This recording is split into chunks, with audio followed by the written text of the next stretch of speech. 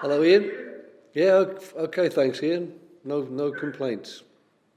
Let's talk about your squad if we can for the match against Leeds. What's the news with Zaha? Is he going to be okay for you? No, I'm afraid he's got a hamstring injury, so we don't know how long it's going to keep him out, but he certainly won't be available this weekend, and it could even be much longer than that. So at the moment, of course, it's the early stage of the injury. It's still being assessed, but it would be totally unrealistic to think he'll be able to take part this weekend, and I'm afraid we haven't had much good news either on the players who are already out injured in terms of their recovery. So it's a strange situation from being in a position where suddenly we seem to have an awful lot of players available, especially in certain areas of the field. Now we're scratching around a little bit, wondering who could play and who could fill in for us. How big a blow is that, though, with Wilf being out for, several weeks, do you think?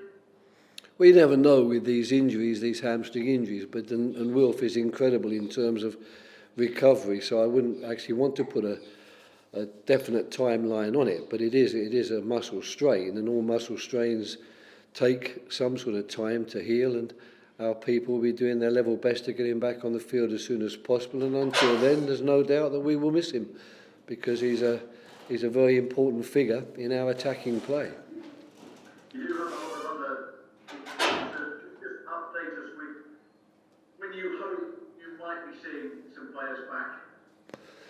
Well, I'm hoping for James Mcarthur, who's missed the last couple of games. With any luck, he might be back relatively soon, although this weekend might be too quick for him. McCarthy, I think, is probably another week or so away. Tompkins and Schlupp are still much further away. So really, that's where we are at the moment. Joel Ward, I think, will have a chance to be available this weekend, so that's a possible advantage for us, but we won't know until he does a training session with the physios tomorrow, and then hopefully with us on Sunday before the trip to Leeds. Had the match been played tomorrow, then he wouldn't have been available. You only had 7 substitutes, I think, on the bench against Newcastle. Do you hope to have a full bench against Leeds? We won't have a full bench of senior players from our 25, no. If we want to fill up the bench, we would have to get players from the under-23 squad tested in order to get up to 20. But quite frankly, you know, whether I've got 18 or 20 on the bench, that isn't the crucial factor. You can use 3, so whether it's 3 from 5 or 3 from 7 or 8, it's no good, I think, putting players on the bench just to be there and taking them all the way up to Leeds unless you've got some serious thoughts as to using them in the game. Mcarthur is still waiting for his debut. He's been on the bench for you for the last 2 matches. Do you get the sense that he's not quite ready yet, or is he now ready?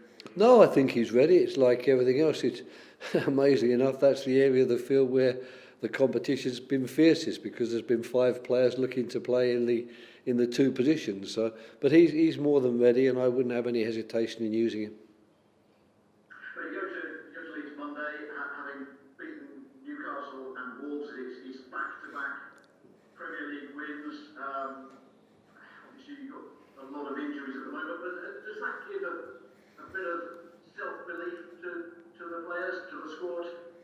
Yeah, the mood is good, and I think the confidence is good too, because they're 2 very different games, and both games demanded an awful lot from us, both in terms of the way we approach the game tactically, and not least of all in terms of the amount of work the players had to do to bring the result home, if you like, get it over the line. So that does help with your confidence, but you have to sort of really put those good moments behind you and realise you can't live on them. You know, now we start again very much from square one and very much against another team that's going to make life unbelievably difficult for us. And if we're going to get points from that game, we're going to have to in some way reproduce everything we've done in the last 2 games and more. Another win. Good to see you in the top half of the table, though, Roy. Do you sense that things are looking up? It's been a strange year. We had such a good start with the first two games, back-to-back wins, and then we've had spells where we've had several defeats in a row. So it's been topsy-turvy. We've never, fortunately, been anywhere really close to the relegation zone during the season so far. But then there's been other times when we felt ourselves going in the wrong direction. So it's been nice with these last two results to turn the ship around, if you like. But lots of games still to play, and if we want to get into the top half of the table, then firstly we'll have to recover a good few of these injured players, because it will be a very tough ask for such a small squad to get us up there. Roy Hodgson scored against Newcastle, great goal. Signed a new deal as well this week. A couple of seasons ago, he didn't play at all in the Premier League. Now, obviously, he's a key player for you. How pleased are you for him, and how have you seen him develop perhaps over the last couple of seasons, last season and a half?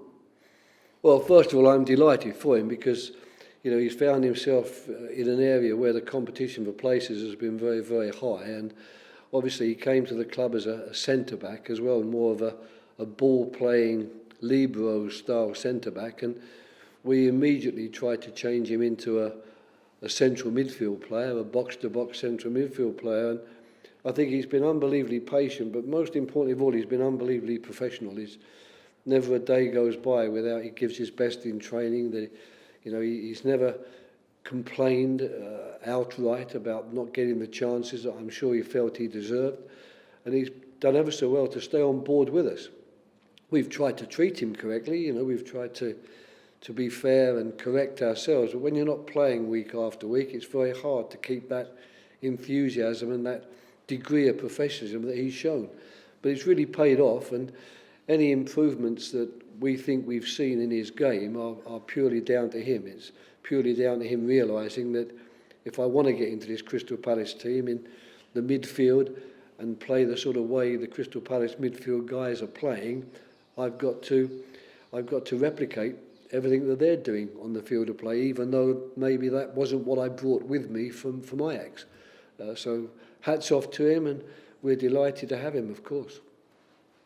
Your future has been in the spotlight this week. I know you said you were not bothered by it. You also said that you were undecided about your future. Tell me, have you spoken with the club about it? Is retirement something that you are considering? Not particularly, but then I'm not particularly considering anything else. I mean, it's one of those things I've said quite a lot about it in the last couple of days, and everything I've said, when I read it back, which Joanne allows me to do, I often think that's exactly what I wanted to say. That's exactly how I feel. So I really don't have anything to add on that subject. I think everyone realises that you don't get any younger, and that applies to people an awful lot younger than myself, and the job is a very demanding job. So I think you need to one day give yourself the time to ask the question, is it still the right job for me, or would it be the best time for me to leave it behind? But I haven't reached that level yet. That's the problem. Until such time as I really reach that day, all I can do is bat off the questions like I do and make it clear that I'm perfectly happy at the moment, and I wouldn't want to change anything in my situation as it is at this moment in time, but I don't know how that will be come July. That's another kettle of fish, and I'll face it. I'll face the question when I need to, and at the moment I don't need to. Do you not want to address it until July then? No, not particularly. Not particularly. There's no need for me. Now, if the club feels it needs to be addressed before then, I'm sure they'll come to me and then we'll have a conversation. But at the moment, that's not happening, and I'm in no mood or have no desire to provoke that conversation either, because I'm more than happy where I am, doing what I am and enjoying what I'm doing. The day will come, and when that day comes, I'll have something perhaps more concrete to say. In the meantime, I should just have to bat off the questions like I do, making it clear to everybody that I'm fully focused. Nothing's changed in my approach to the job at all, not in the 4 years I've been here, and it won't change either. So it really is a question of waiting and seeing what the future brings. Roy, thank you. Pleasure, Ian. Thank you very much. The same. Safe travels as well. Thanks the same. Thanks, Ian.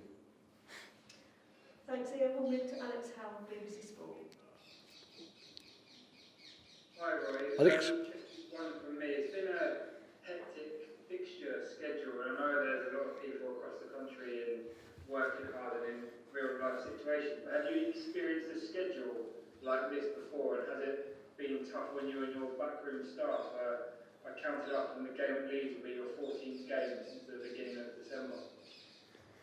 It's not totally new because I've been in clubs where we've been involved in European football, and of course when you do that you're also playing three games a week for quite a long and sustained period of time. It's a little bit unusual for us at Crystal Palace because in the previous 3 years we haven't really had as much of it as I'd perhaps experienced previously. The worst thing at the moment is it has cost us a few injuries. We were doing okay at one stage and we're getting by, but unfortunately we do find ourselves going into this game and possibly the next two games with some quite important players missing through injury. And it will be interesting to see how the others who've got to now step up and deal with it, playing all these matches without much chance of me being able to replace them or give them a rest, how they get on with it. So it's a time we'll tell again. Is it an extra work for you and the coaches putting together the tactical plans and the analytical work you do behind the scenes between each game?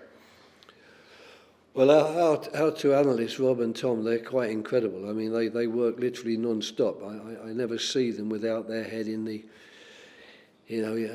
front of a computer screen preparing the next game or doing a post-match analysis for the games before.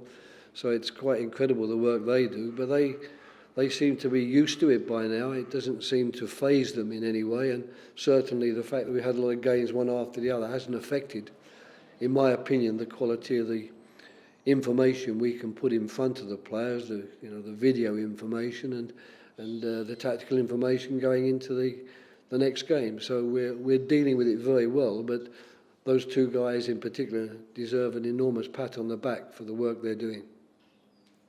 That's it for me. Thank you, Roy. Thanks, Alex. Thank you. We'll move to George Sessions at PA. Hi, Roy. George. Well, with you.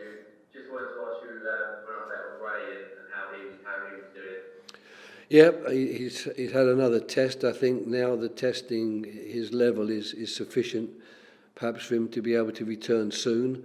But he still has to think about also the fact that his wife at the moment is having to isolate and is still suffering from the disease. So it's going to be a situation whereby as soon as she's better, and she's certainly well on the mend from what I understand, as soon as she's better and Ray will feel comfortable with that situation, I'm certain he'll be back as quick as he possibly can be. But I'm not imagining that he'll be back in time for the Leeds game. But there is a possibility that we'll get him back for the Burnley game, and he'll be very welcome when he does get back here. But we're comfortable about the situation, and we more than understand and accept that when you get hit by this terrible disease, this terrible virus, football is definitely in second place, and recovering from the virus and looking after your family is very much in first place. Yeah, absolutely. I just wanted to ask you how important Dean and Dave have been over the last couple of games, obviously being stepping up to try and fill Ray's absence a little bit. Yeah, well, we found a way, I think, during the whole of the time we've been here in apportioning the work, and certainly Ray and Dave and Dean have taken on large aspects of that, and it's been something which I think they've done exceptionally well. So when you lose one of them, it does mean a bit more work for the others, but they seem to be more than happy to take on that extra burden, and we're helped a lot, as I say, by the video analysts who prepare so much for us and make our life that much easier. So at the moment we're coping perfectly well, but having said that, we'll also be happy to get Ray back again, where we'll be back to where we were in terms of sharing the work out as we've done for the last 3 years.